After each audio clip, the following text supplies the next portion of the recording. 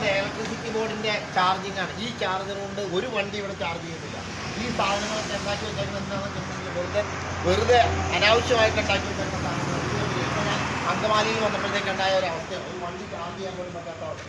ഇതിന് ഓരോ ആപ്പ് മാറ്റി വെച്ചുകൊണ്ടിരിക്കുകയാണ്. ഇലക്ട്രിസിറ്റി ബോർഡ് എന്താണ് ചെയ്യുന്നത്?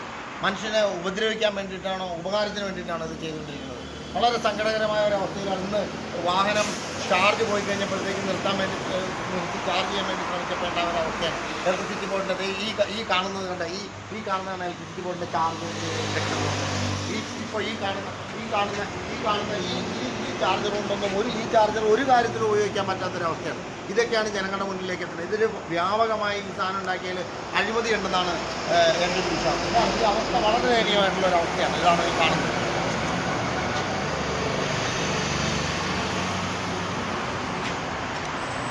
ഇത് ഉപയോഗിക്കാൻ പറ്റില്ല. ഓരോ സമയത്ത് ഓരോ ആപ്പുകൾ മാറ്റിക്കൊണ്ടിരിക്കുക.